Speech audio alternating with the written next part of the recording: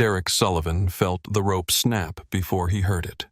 A sudden sickening sensation of weightlessness, a fraction of a second where his brain couldn't process what was happening, and then he was falling. 60 feet of empty air below him. No second rope. No safety line. Just gravity and the certainty that he was about to hit the bottom of the abyss at terminal velocity. The fall lasted 3 seconds. Those 3 seconds destroyed his body and changed his life forever. Welcome to Cave Stories, where we examine real cave accidents and the critical mistakes that turned adventure into a nightmare. Derek Sullivan wasn't a rookie. The 37-year-old civil engineer from Nashville had been vertical caving for 15 years. He'd descended hundreds of pits, rappelled down waterfalls, explored deep shafts across Tennessee, Alabama, and Kentucky. He knew rope systems, anchor points, safety protocols. He'd never had a serious accident, never even had a close call. His friends considered him one of the most careful, methodical cavers in their group. But on July 7th, 2021, Derek made one decision that violated every safety rule he'd ever learned. He skipped the rope inspection, and that decision sent him plummeting 25 meters into the darkness of Devil's Drop Cave. Devil's Drop was a well-known vertical cave in eastern Tennessee, famous among technical cavers for its spectacular 60-meter entrance pit called the Abyss. The pit was a perfect cylinder of limestone about 10 meters in diameter at the top, opening into a massive underground chamber at the bottom. Standing at the edge and looking down, you couldn't see the bottom. Your light just disappeared into darkness. For vertical cavers, it was irresistible. The challenge, the exposure, the sheer thrill of descending on a single rope into that black void was addictive. Derek had been to Devil's Drop 4 times before, always successfully, always safely. This would be his 5th visit, and his last. On July 6th, Derek organized a trip to Devil's Drop with 3 of his caving friends. Kyle Morrison, his best friend and caving partner for over a decade, was a 35-year-old physical therapist with extensive vertical experience. Natalie Chen was a 31-year-old rock climber who'd transitioned into vertical caving and brought technical rope skills that rivaled anyone's. Josh Martinez was the newest member of their group, a 29-year-old adventure photographer who wanted to document the descent into the abyss for his portfolio. All of them were experienced. All of them had descended pits as deep or deeper than Devil's Drop. This should have been a routine trip. Derek spent the evening of July 6th organizing gear. He had 2 ropes. His primary rope, a 70-meter static line that he'd bought 5 years ago and used extensively, and a backup rope, a newer 60-meter line that he kept for emergencies. The primary rope had seen a lot of use. Derek had descended and ascended on it probably 200 times across dozens of caves. It had been exposed to water, mud, abrasion against rock, the full range of stresses that cave ropes endure. The manufacturer recommended inspection before every use and retirement after 5 years of regular use. Derek's rope was exactly 5 years old. This was caving mistake number 1. Using a rope at the end of its recommended lifespan without thorough inspection. But Derek didn't inspect the rope that evening. He'd used it 2 months earlier on a different pit without problems. It had looked fine then. Visual inspection would take 15 to 20 minutes, carefully running the entire 70 meters through his hands, feeling for soft spots, checking for sheath damage, looking for discoloration or wear. Derek was tired from work, eager to finish packing and get to bed early so they could start fresh in the morning. He coiled the rope without inspecting it, tossed it in his truck, and told himself he'd do a quick check in the morning if there was time.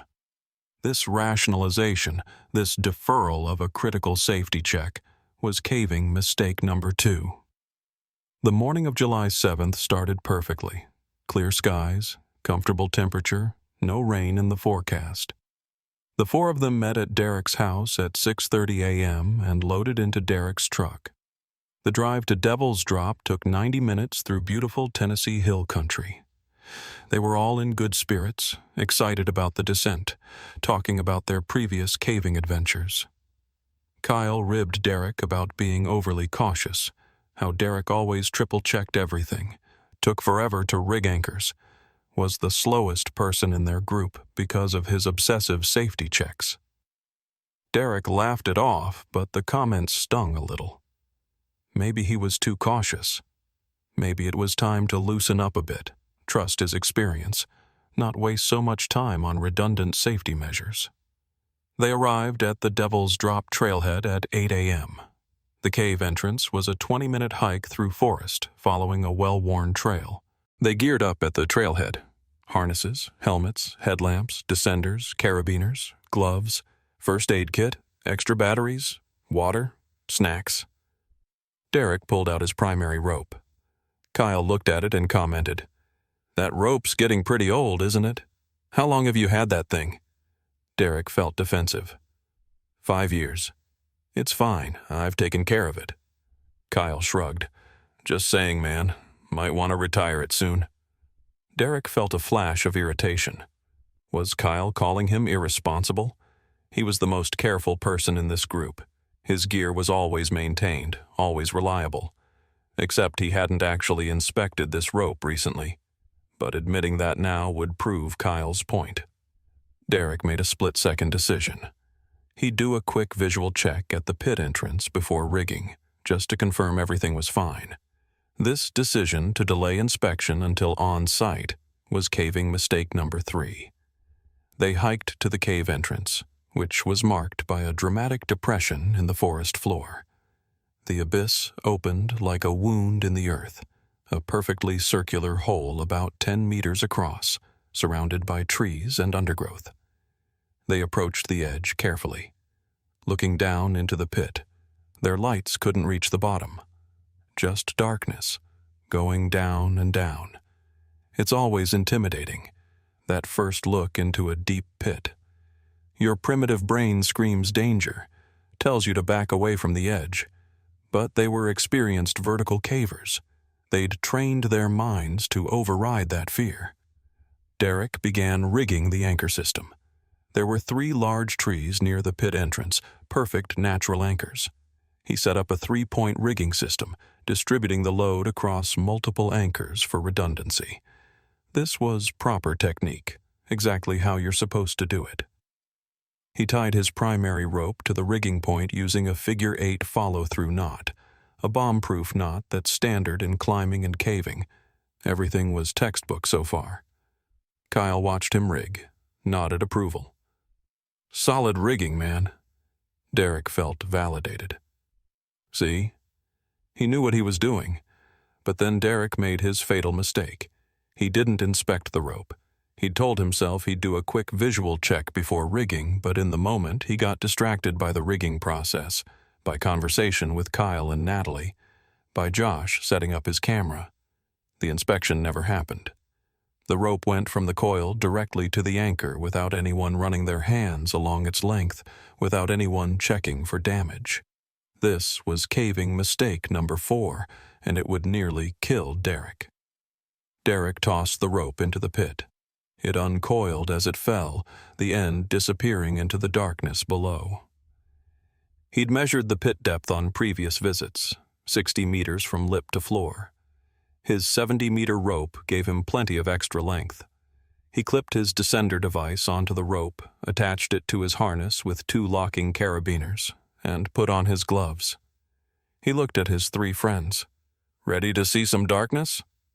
Natalie smiled. Be safe down there. Kyle gave him a thumbs up. Josh had his camera ready to film the descent. Derek backed up to the edge of the pit, his weight now on the rope, his descender controlling the friction that would regulate his descent speed. This is the moment of commitment in vertical caving.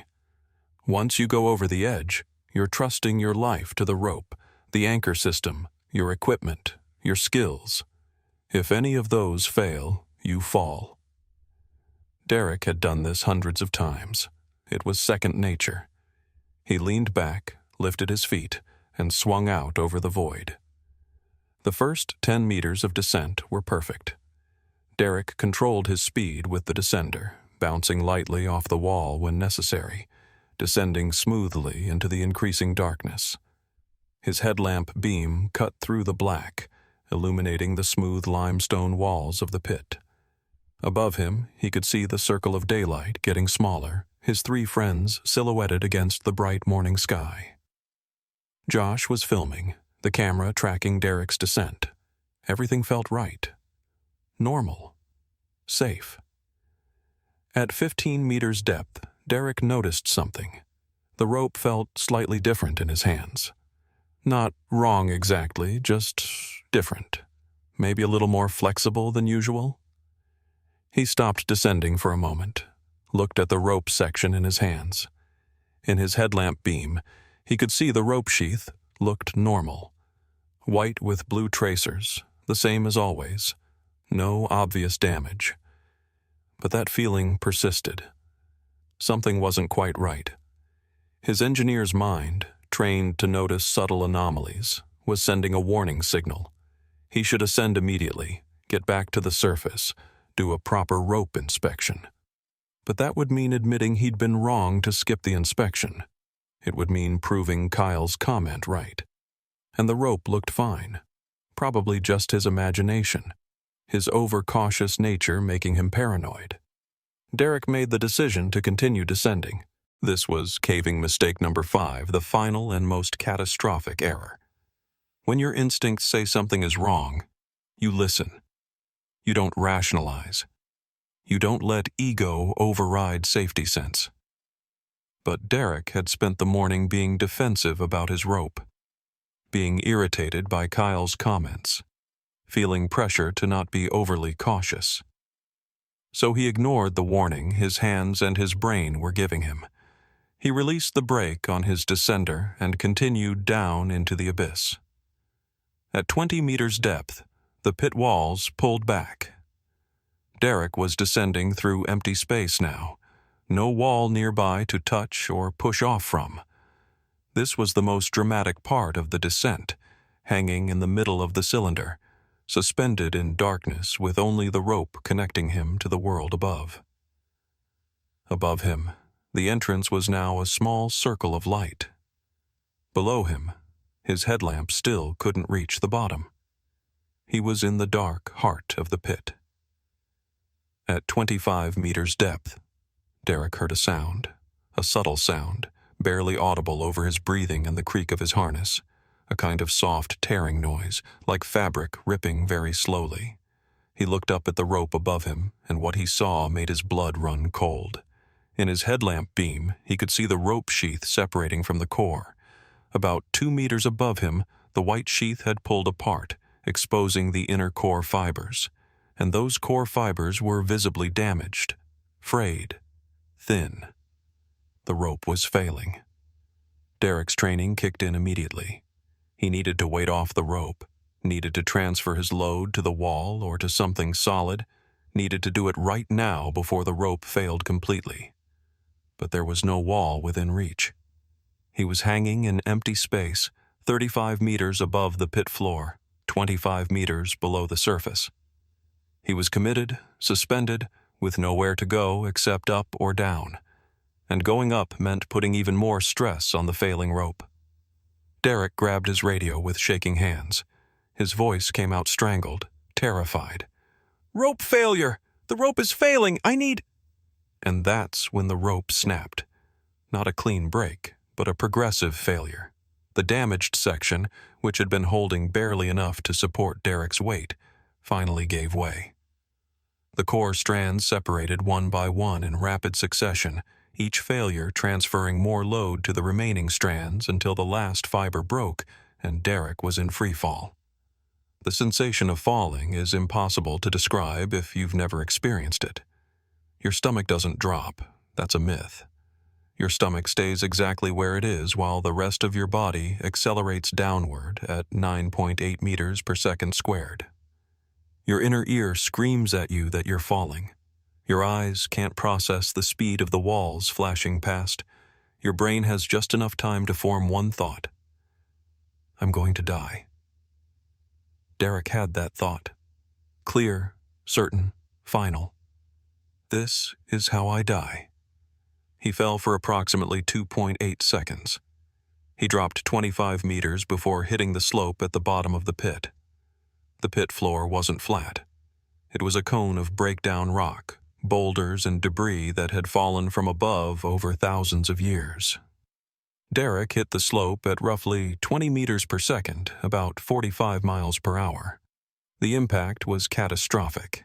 His left leg hit first, the femur shattering instantly into multiple pieces. The impact spun his body, and his right side slammed into a boulder. His right arm broke in 2 places, the radius and ulna snapping like twigs. His shoulder dislocated, 3 ribs fractured, his pelvis cracked, and his helmet, that essential piece of safety equipment that Derek had worn religiously for 15 years, saved his life. His head struck rock with tremendous force, but the helmet absorbed most of the impact. Without it, his skull would have fractured, and he would have died instantly. With it, he suffered a severe concussion but remained conscious. Derek came to rest on the breakdown slope, his body crumpled at an unnatural angle, pain beyond anything he'd ever imagined radiating from every part of his body. He tried to move and discovered he couldn't. His left leg was useless, bent at an angle that legs don't bend. His right arm was on fire with pain, the bones grinding against each other. His torso hurt so badly he couldn't take a full breath. But he was alive. Against all odds, against physics and probability and common sense, he was alive at the bottom of a 60-meter pit with catastrophic injuries, but alive. Above him, 60 meters of vertical space separated him from his friends and from help. His radio was somewhere nearby. He could hear it crackling with Kyle's panicked voice. "Derek! Derek! Answer me! Are you alive?" Derek tried to respond, but couldn't get enough air to shout. His lungs weren't working right, the fractured ribs limiting his expansion. He managed a weak sound, barely audible even to himself, certainly not loud enough to carry up the pit.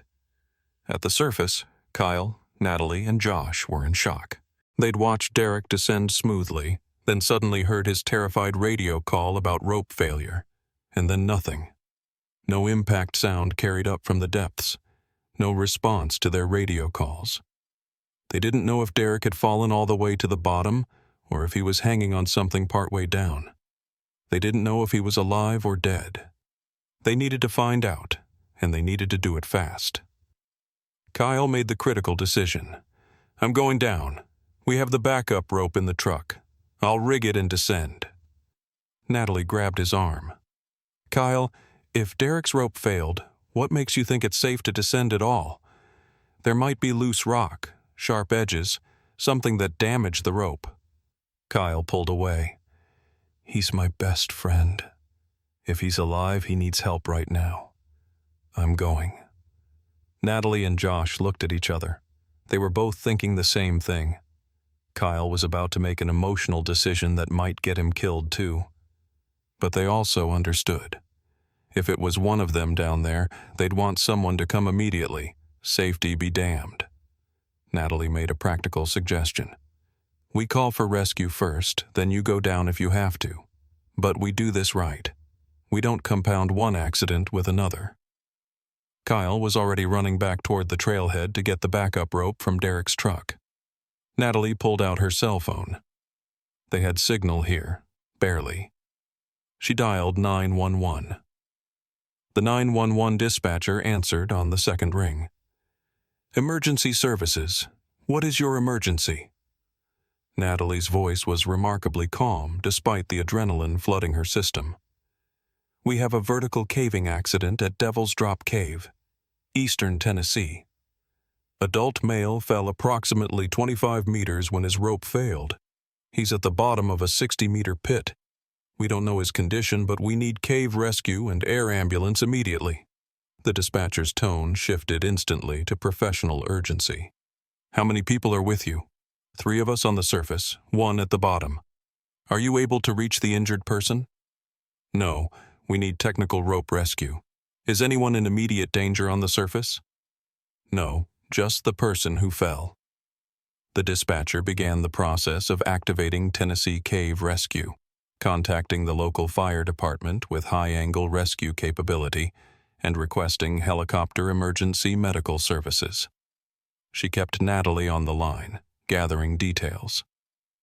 Injured person's name? Derek Sullivan. Age? 37. Does he have any medical conditions we should know about? Not that I know of. How long has it been since he fell?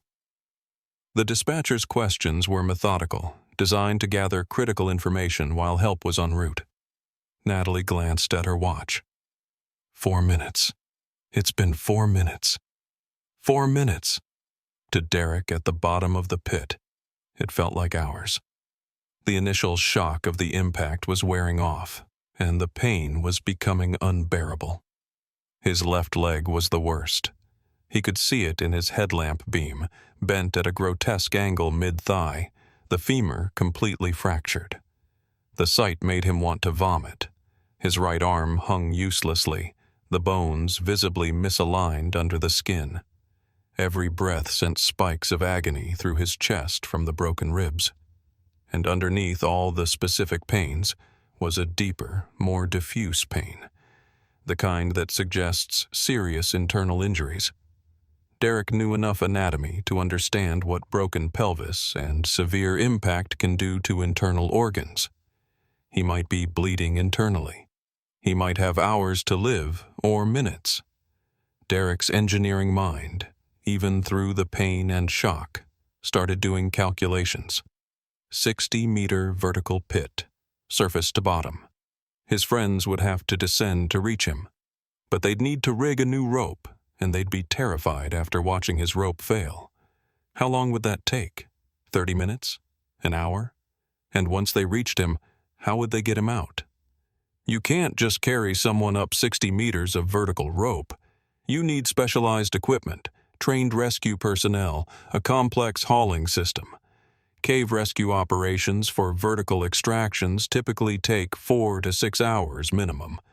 Could he survive that long with these injuries? His radio crackled again.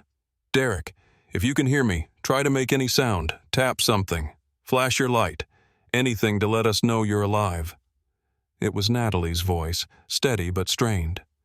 Derek tried to reach for his radio, but his right arm wouldn't respond properly, the broken bones making movement impossible. His left arm worked, but the radio was on his right side, clipped to his harness. He managed to move his left hand across his body, pain shooting through his broken ribs with the motion, and grabbed the radio. He keyed the mic. The effort of pressing the button was enormous. Alive, he managed to whisper. Broken. Everything broken. Hurts. The relief in Natalie's voice was palpable. Derek. Thank God. Okay, listen to me. Emergency services are on the way. Cave rescue is coming. We're going to get you out. Kyle is getting the backup rope and he wants to come down to you, but we need to know. Is it safe to descend? Did you see what damaged your rope? Derek tried to focus his thoughts. The rope had failed from age and wear, not from sharp edges or rockfall. The pit walls were smooth limestone. It should be safe for Kyle to descend on the newer rope. Yeah, he whispered. Safe. Rope just old. My fault. At the surface, Kyle had returned with the backup rope. It was a newer line, only a year old, rated for 15 kilonewtons minimum breaking strength. Kyle and Natalie inspected it carefully, running the entire 60 meters through their hands, checking every inch for damage, soft spots, or wear. The rope was perfect. They rigged it to the same anchor system Derek had used, but this time they added a backup anchor point and checked every knot twice. Kyle was suiting up for the descent, checking his equipment obsessively. Natalie grabbed his shoulder.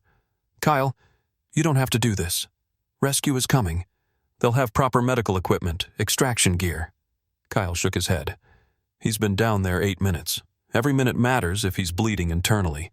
I'm a physical therapist. I know trauma. I can at least assess him and maybe start treatment.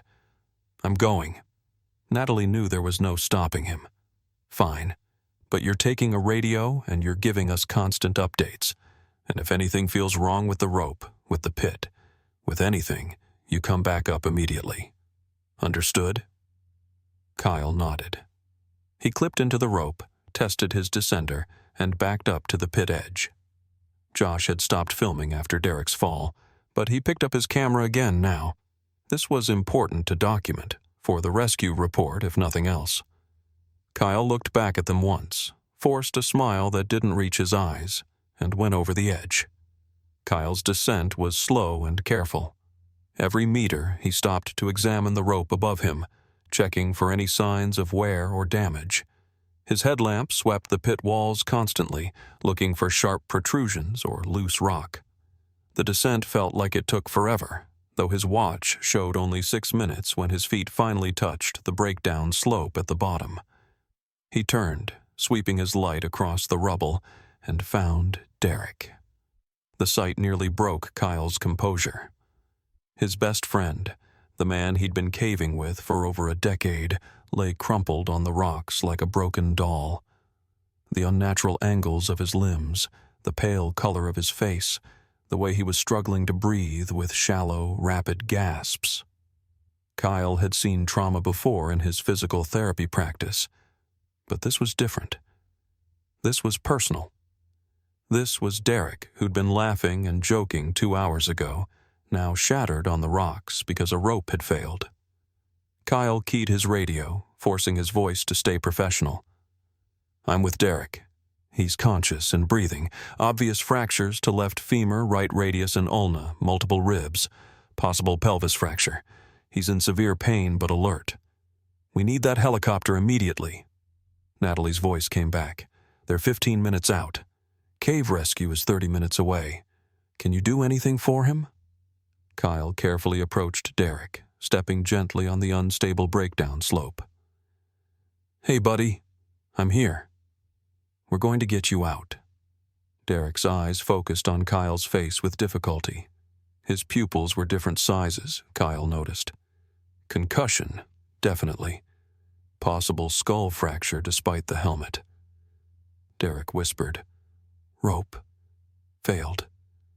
I'm sorry." Kyle felt tears pricking his eyes but forced them back. "Don't apologize. Save your energy. I'm going to check you over, okay? This is going to hurt, but I need to see how bad it is." Kyle began a careful assessment. Left leg, open compound fracture of the femur, bone visible through torn jeans and skin. Catastrophic injury requiring immediate surgery. Right arm, closed fractures of both forearm bones, severe displacement. Right shoulder, obviously dislocated. Chest, broken ribs, possibly punctured lung based on Derek's breathing difficulty. Pelvis, tender and deformed, definitely fractured. Back, no obvious spinal injury but impossible to rule out without imaging. Head, concussion confirmed, no visible skull fracture, but that meant nothing. Derek needed trauma surgeons, orthopedic surgeons, neurosurgeons. He needed an operating room, not the bottom of a cave. Kyle pulled out the first aid kit he'd brought, pitifully inadequate for injuries this severe. He had gauze, tape, some pain medication, emergency blankets. Nothing that could fix broken bones or stop internal bleeding. He carefully wrapped Derek's left leg, trying to stabilize the fracture without causing more damage. Derek screamed, the sound echoing up the pit, and passed out from the pain. Kyle checked his pulse, fast but present. Blood pressure would be dropping from shock and possible internal bleeding. Time was not on their side. At 10:05 a.m., 18 minutes after Derek's fall, Captain Richard Hayes and his cave rescue team arrived at Devil's Drop. Richard had been doing cave rescue for 28 years and had seen almost everything. But vertical pit rescues were always the most challenging. The injured person was at the bottom of a 60-meter drop. They couldn't just lower a stretcher. They'd need to package Derek, lift him past his original anchor point, and haul him up the entire 60 meters without rotating or dropping the stretcher. It would require a complex rope system with multiple anchor points and probably 6 or 8 rescuers working in coordination. And it would take hours. Richard assessed the situation quickly. One caver already at the bottom providing first aid. Good. Injured party unconscious with multiple fractures. Not good. Helicopter en route. Good, but helicopters can't descend into pits. They'd still need to extract Derek to the surface before air transport was possible. Richard keyed his radio. "Kyle, this is Captain Hayes with Cave Rescue. I need a detailed status update." Kyle provided a grim assessment. Derek's condition was deteriorating. His breathing was becoming more labored, suggesting possible pneumothorax from the broken ribs. His consciousness level was fluctuating, concerning for increased intracranial pressure from the concussion. His left leg was continuing to bleed, despite Kyle's bandaging efforts. They needed to get him out immediately, but immediate wasn't possible in vertical cave rescue. The fastest possible extraction would still take 3 to 4 hours. Derek might not have that long. Captain Hayes made a decision. "We're going to rig a high-speed haul system. Not ideal for spinal precautions, but we don't have time for a slow extraction. I'm sending down our trauma medic with proper equipment. He can start an IV, give pain medication, secure the airway if needed. Then we package and haul." He turned to his team. "I need the Stokes basket, full spine immobilization gear, IV supplies, oxygen, and the 6-to-1 hauling system. Move!" The rescue team exploded into efficient action. They'd trained for this exact scenario dozens of times.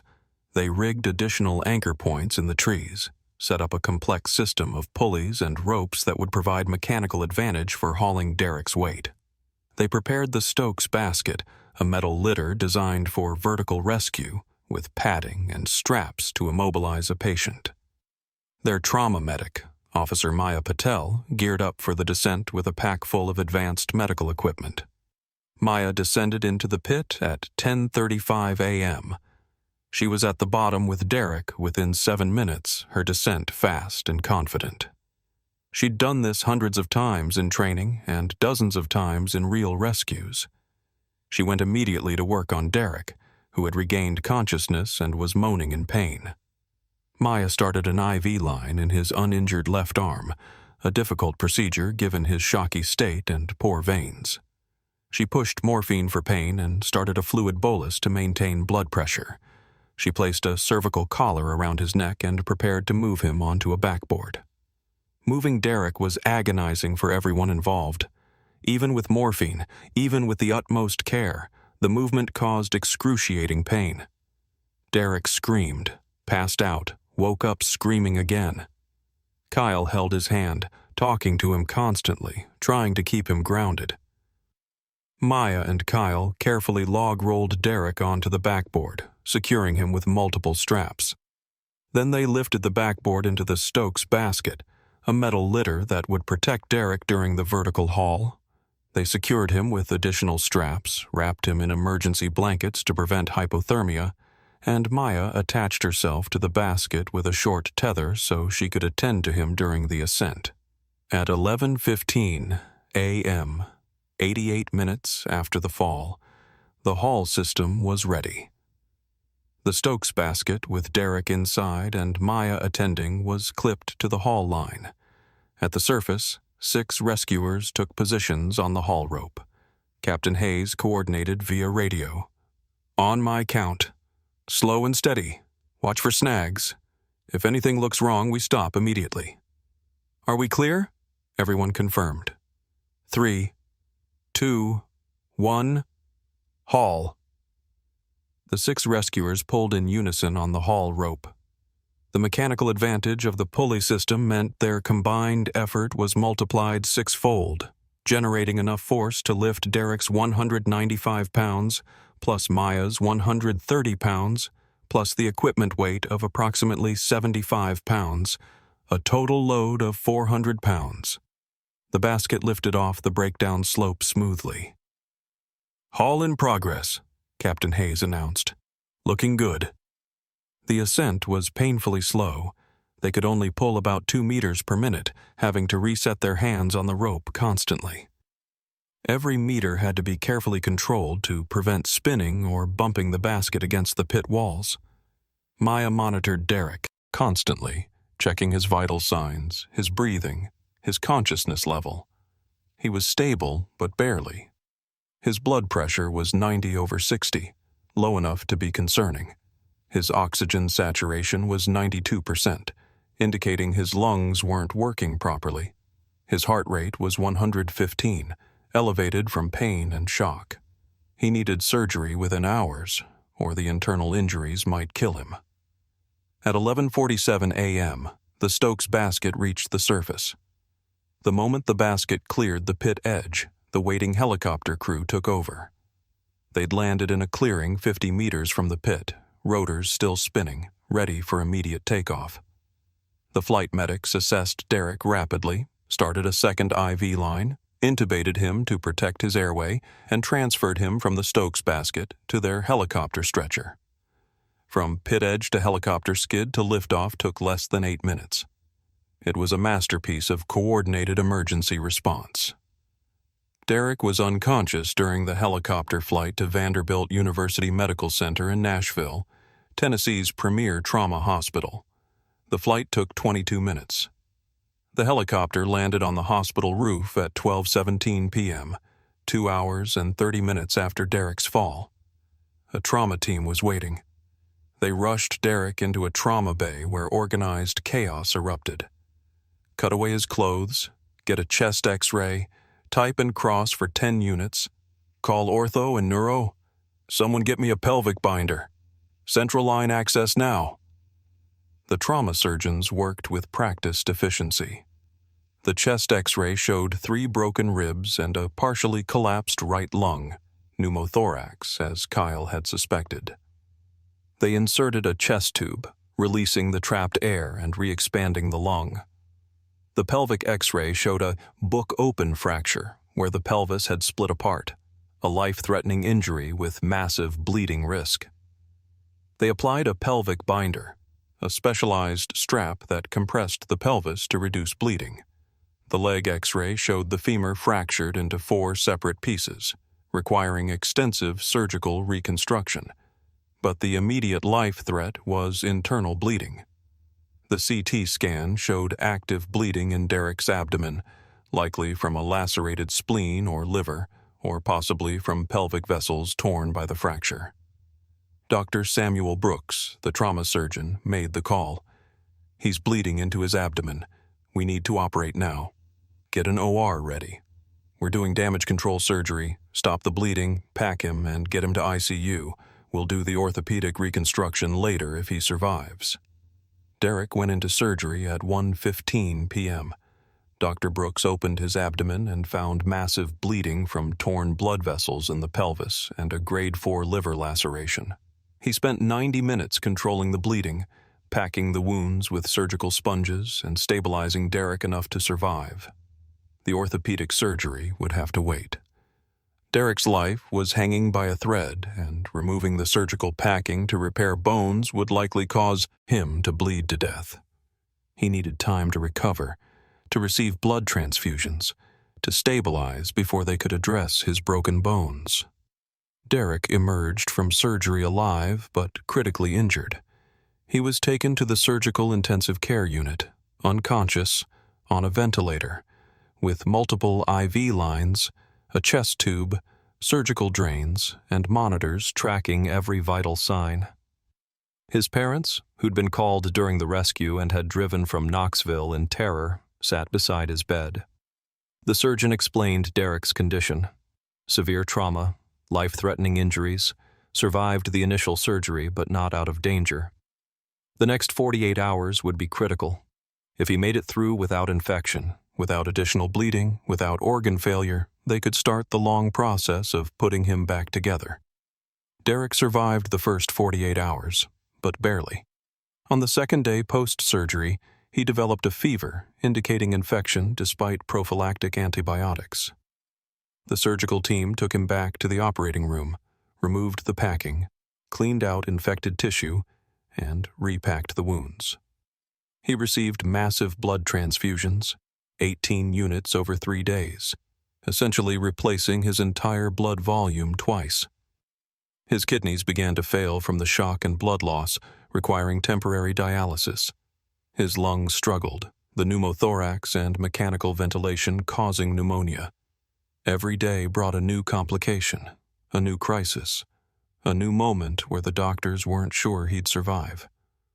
But Derek was strong, and he was stubborn. By day 5, his fever broke. By day 7, his kidneys started working again.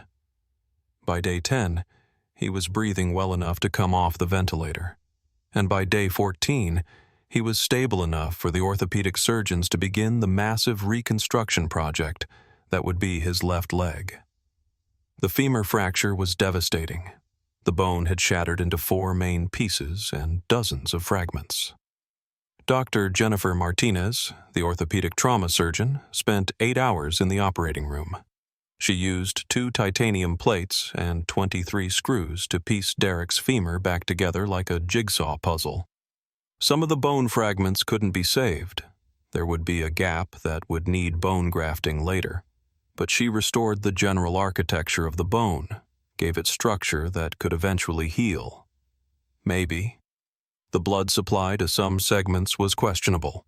There was a real risk of non-union, where the bone simply refuses to heal. There was risk of infection in the hardware. There was risk of avascular necrosis, where portions of the bone die from lack of blood flow. Derek's leg would never be the same, even in the best-case scenario. 3 days later, they operated on his right arm. The radius and ulna had both fractured, but less severely than the femur. The orthopedic team used plates and screws to fix the bones. They also reduced his dislocated shoulder, which fortunately hadn't caused permanent ligament damage. His ribs they left alone. Rib fractures generally heal on their own without surgical intervention. His pelvis they'd already treated with external fixation during the damage control surgery, and it was healing acceptably. Derek spent 6 weeks in the hospital, the first 2 weeks in the ICU, hovering between life and death. The next 4 weeks in the trauma unit, slowly recovering, learning to breathe without machines, learning to eat without a feeding tube, enduring physical therapy that was more torture than therapy. He couldn't walk. He couldn't stand. He couldn't even sit up without assistance for the first 3 weeks. His left leg was immobilized in a complex external fixator, metal pins drilled through his skin into the bone, holding everything in place while it tried to heal. His right arm was in a cast from fingers to shoulder. His chest was wrapped to support his healing ribs. He looked like a car crash victim, which, in a sense, he was. The psychological impact hit Derek harder than the physical injuries. He'd fallen. For a vertical caver, falling is the ultimate nightmare, the thing you train your whole career to prevent. And he'd fallen because of his own mistake. Not random bad luck, not equipment failure beyond his control, but his decision to skip the rope inspection. That guilt was crushing. He replayed the decision over and over in his mind. If he'd taken 15 minutes that evening to inspect the rope, he would have found the damage. If he'd done a quick check that morning at the pit, he would have seen the fraying. If he'd ascended the moment he felt something wrong at 15 meters depth, he would have been fine. Every if was a knife in his conscience. Kyle visited Derek almost every day in the hospital. The first few visits were awkward, both of them dealing with trauma in different ways. Kyle felt guilt too, wondering if his comment about Derek being too cautious had somehow contributed to Derek's decision-making. Derek assured him it hadn't, that this was entirely Derek's mistake, but Kyle wasn't convinced. They spent hours talking through what had happened, processing the trauma, trying to make sense of how a routine cave trip had turned into a near-death experience. Natalie and Josh visited less frequently but stayed in touch. Natalie had nightmares about the fall, about watching Derek disappear into the pit and not knowing if he was alive or dead. Josh had stopped doing adventure photography, at least temporarily. The psychological toll of documenting his friend's near death had been too much. He'd deleted the footage of Derek's descent, unable to watch it. The images were burned into his memory anyway. The investigation into the rope failure was thorough and sobering. The Tennessee Cave Rescue Team's equipment specialist, Paul Hendricks, examined the failed rope section under microscopy. His findings were damning. The rope had been severely degraded from age and use. The core fibers showed extensive abrasion damage from years of contact with rock, dirt, and cave water. The sheath had protected the core from catastrophic failure but had itself become separated and weakened. The rope had been operating at perhaps 30 to 40% of its original strength for months, maybe longer. Any competent inspection would have revealed the damage immediately, but no one had inspected it. Paul Hendricks wrote in his report, "This rope failure was entirely preventable. The damage was obvious upon visual and tactile inspection. The rope had exceeded its manufacturer-recommended lifespan and showed clear signs of retirement criteria: sheath separation, core fiber damage, and loss of flexibility. The failure occurred at a predictable weak point. This accident is a textbook example of what happens when basic safety protocols are ignored. The victim is extraordinarily lucky to have survived." That report was shared throughout the vertical caving community. It became a case study in rope safety, featured in training materials and safety seminars. Derek's accident wasn't unique. Cavers had fallen from rope failures before and would again, but it was well documented and involved an experienced, respected caver. That made it impactful. If someone like Derek Sullivan could make this mistake, anyone could. The message was clear. Inspect your rope before every use, retire ropes at the manufacturer-recommended interval, and never rationalize away safety procedures. Derek was discharged from the hospital in late August, 8 weeks after his fall. He went home in a wheelchair, his left leg still in the external fixator, his right arm out of the cast but weak and painful. He moved into his parents' house because he couldn't live alone in his second-floor apartment. He couldn't navigate stairs, couldn't drive, couldn't work, couldn't do any of the things that made him independent. At 37 years old, he was completely dependent on his parents for everything from meals to bathing to transportation. Physical therapy became Derek's full-time job. 3 times per week, his father drove him to the rehab center where Derek worked with physical therapists to rebuild his shattered body. The therapy was brutal. Learning to bear weight on his left leg was agony, the bone and hardware screaming with pain at every attempt. Learning to use his right arm again meant breaking up scar tissue, stretching damaged muscles, forcing joints that wanted to freeze up to move through their range of motion. Derek cried during therapy sessions, from pain and from frustration at how weak his body had become.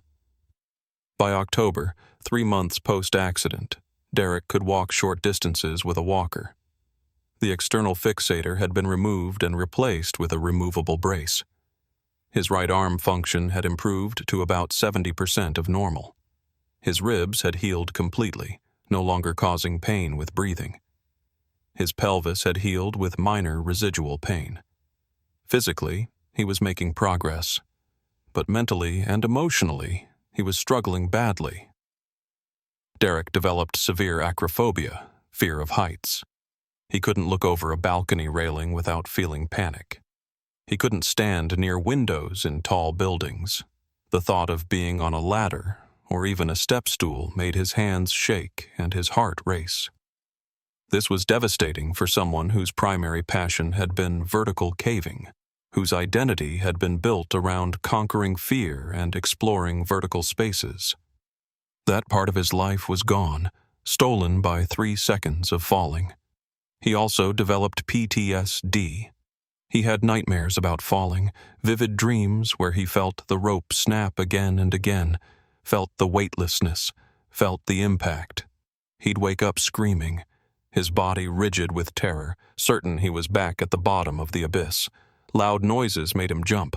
Sudden movements made him flinch. He was hypervigilant and anxious in ways he'd never been before the accident.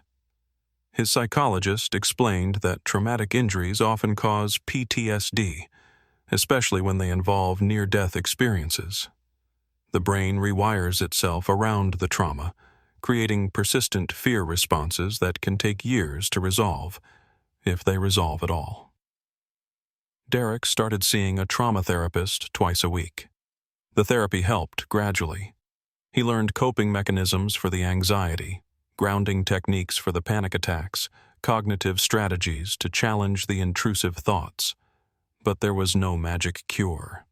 PTSD is a chronic condition that requires ongoing management.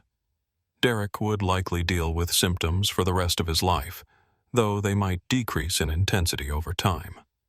By December, 6 months post-accident, Derek had made significant physical progress. He could walk without assistive devices, though with a pronounced limp. His left leg would never be normal. The muscle atrophy and nerve damage were permanent. But he was functional. He could navigate his apartment, could drive, could work from home. His employer had been understanding, allowing him to work remotely and reduced hours during his recovery.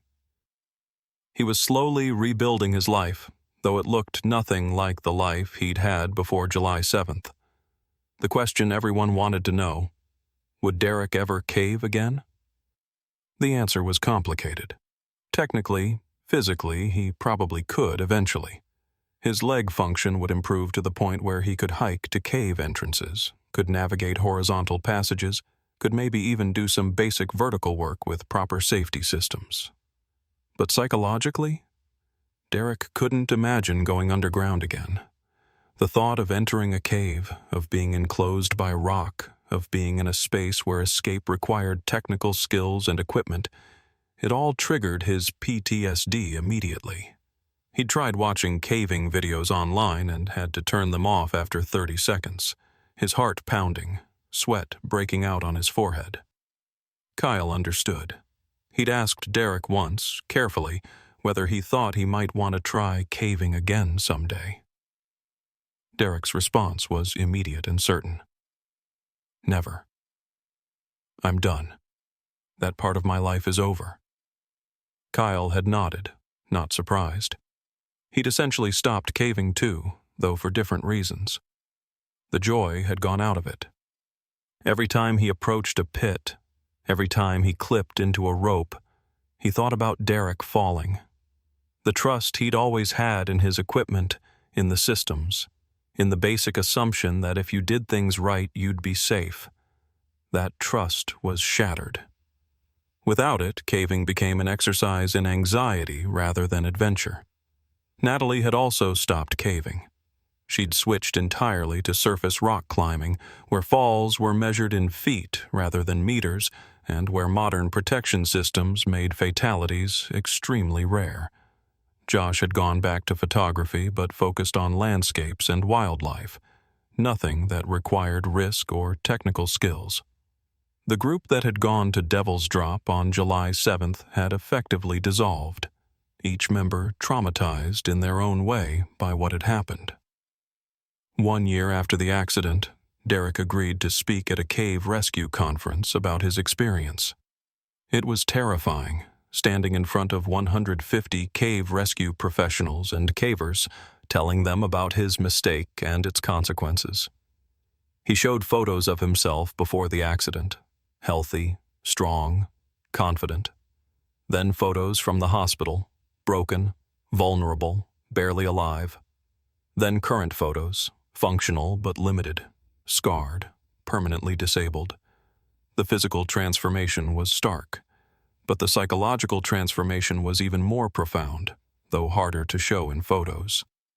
Derek's speech was unflinching in its honesty. I was experienced. I had 15 years of vertical caving. I'd descended hundreds of pits safely. I knew all the rules, and I broke the most basic rule: inspect your rope, I broke it because I was in a hurry. I broke it because I was defensive about a comment my friend made. I broke it because I'd gotten away with being lazy about inspections before and nothing bad had happened. I broke it because I'd become complacent. And it nearly killed me. He continued, his voice breaking slightly. I fell 25 meters onto rock. I shattered my femur into 4 pieces. I broke my pelvis, my arm, multiple ribs. I collapsed my lung. I almost bled to death internally. I spent 2 months in the hospital. I had 8 surgeries. I'll walk with a limp for the rest of my life. I'll have chronic pain for the rest of my life. I have PTSD that wakes me up screaming at night. And I lost the activity that defined me, that gave me purpose and joy and identity. I lost caving. Not because someone took it from me, but because I destroyed it myself through my own negligence. The audience was silent, riveted. Derek took a breath and delivered his final message. Inspect your rope before every use. Not a quick glance, a real inspection. Run every meter through your hands. Look for sheath damage, core damage, soft spots, discoloration. Check your equipment. Check it again. Retire gear at the manufacturer-recommended intervals, not when it fails. And never, ever let ego or time pressure or complacency override your safety protocols. Because the cave doesn't care about your experience or your confidence or how many times you've done this before. The cave will kill you the first time you make a mistake. I survived by pure luck and the incredible skill of cave rescue professionals. Most people in my situation don't survive. Don't be like me. Learn from my mistake instead of making it yourself. The speech went viral in the caving community, viewed thousands of times online, shared across forums and social media. Derek received hundreds of messages from cavers thanking him for his honesty, telling him his story had made them more careful about rope inspections. Several people admitted they'd been using old ropes and had retired them after hearing Derek's story. If his broken body and shattered life could prevent even one other accident, Derek thought, then maybe there was some meaning in the suffering. But meaning didn't make the suffering less. 2 years after the accident, Derek was still dealing with chronic pain in his left leg. The hardware in his femur, 2 plates and 23 screws, caused persistent aching, especially in cold weather or after extended walking. He'd had 2 additional surgeries to address complications. One to remove infected hardware, another to bone graft a section that refused to heal. His leg would never be normal. He'd consulted with multiple orthopedic surgeons about additional procedures, and they'd all said essentially the same thing. You've had enough surgeries. Additional operations have diminishing returns and increasing risks. Learn to live with the limitations. Learning to live with limitations was hard for someone who'd prided himself on physical capability and pushing boundaries. Derek had to accept that he couldn't run anymore, couldn't hike long distances, couldn't kneel or squat without pain. He had to accept that his career might be limited because he couldn't stand for long periods or climb stairs repeatedly. He had to accept that potential romantic partners might be put off by his limp, his scars, his physical limitations. He had to accept a diminished version of himself, and that acceptance was painful. But there were positives too. Derek's relationship with his parents had deepened through his recovery. They'd seen him at his absolute lowest and had supported him without judgment. His friendships with Kyle, Natalie, and Josh, though changed by trauma, had survived. They didn't cave together anymore, but they found other ways to spend time together. They hiked easy trails, went to movies, had dinners. The shared experience of Derek's accident had created a bond that transcended the activity that had originally brought them together.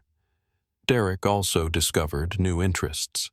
He couldn't cave, but he could read about caving, study the geology and hydrology of cave systems, understand the science behind what had always been his passion.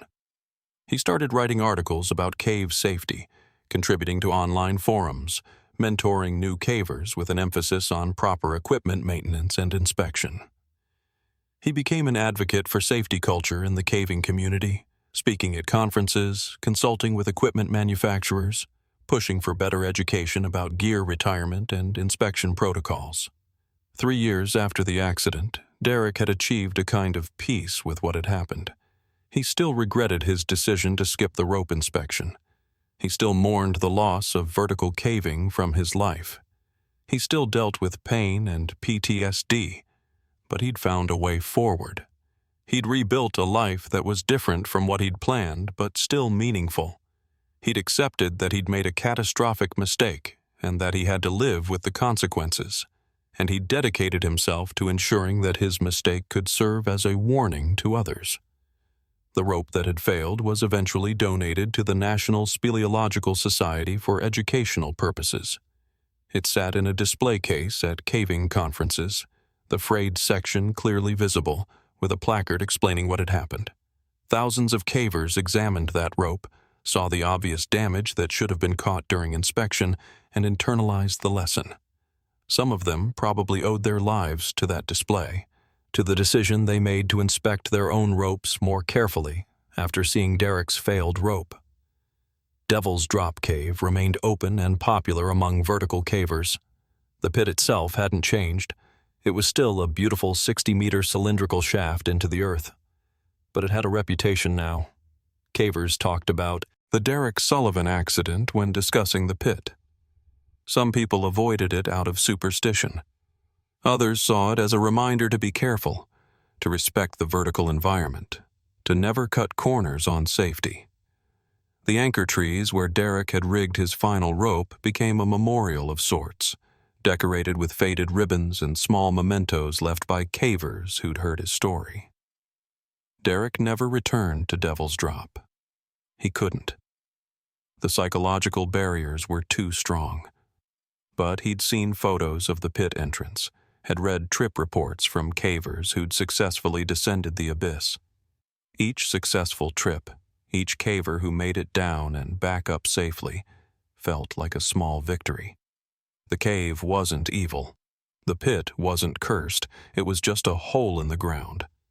What happened there on July 7th, 2021, was the result of human error, not environmental malice. The cave had been neutral. Derek had made mistakes, and Derek had paid the price. 5 years after the accident, Derek's life had stabilized into a new normal. He walked with a permanent limp, but could walk. He worked full-time as a structural engineer, his mental acuity unaffected by the physical trauma. He'd met someone, a woman named Sarah, who accepted his limitations and his past, who didn't need him to be who he'd been before the fall. They talked about marriage, about building a future together. Derek was 42 years old and finally felt like he was moving forward rather than just recovering. He still had nightmares occasionally. He still panicked around heights. He still felt a stab of regret when he saw caving gear or heard people discussing vertical trips. But these feelings had become manageable, integrated into his life rather than dominating it. The trauma would always be part of him, but it didn't have to define him. He was more than the caver who fell. He was a survivor, an advocate, a friend, a partner, a professional. He was building a life worth living, even if it looked nothing like the life he'd imagined. Derek's message to the caving community remained consistent. Respect your equipment, follow safety protocols, and never let complacency convince you that you're too experienced to make mistakes. Because experience doesn't make you invincible. It makes you complacent. And complacency kills. Derek had learned that lesson in the most brutal way possible. He'd paid for that lesson with his body, his health, his passion, and nearly his life. But if other cavers could learn from his experience without having to experience it themselves, then the cost might be justified. The statistics supported Derek's message. In the 5 years following his accident, Tennessee reported a significant decrease in vertical caving accidents attributed to equipment failure.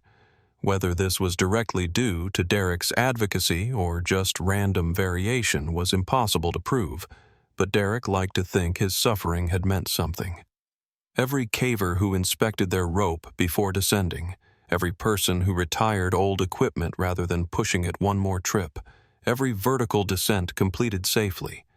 These were small redemptions, tiny victories against the randomness and horror of what had happened at Devil's Drop. Derek Sullivan would never cave again. His body couldn't handle it, and his mind wouldn't allow it. But he'd found other ways to contribute to the community he'd once been part of. He'd turned his worst mistake into a teaching moment, his trauma into a warning, his broken body into a reminder that gravity is unforgiving and rock is harder than bone. If you're a vertical caver reading this story, Derek has one request. Before your next descent, inspect your rope. Really inspect it. Run every meter through your hands. Look for the damage that Derek missed. Because that 15 minutes of inspection might be the difference between a successful trip and a fall that destroys your life. The rope doesn't care about your schedule or your experience or your confidence. It will hold your weight until the moment it can't, and then you'll fall. Derek fell 25 meters and survived. But survival isn't the same as being okay. 5 years later, Derek was alive, but forever changed, functional but limited, recovering but never fully recovered. He lost more than bone and tissue in that fall. He lost the person he'd been, the future he'd planned, the activity that had defined him, and all of it could have been prevented with 15 minutes of careful rope inspection. Don't be Derek. Inspect your rope. Every time. No exceptions. Because the alternative is falling, and falling changes everything.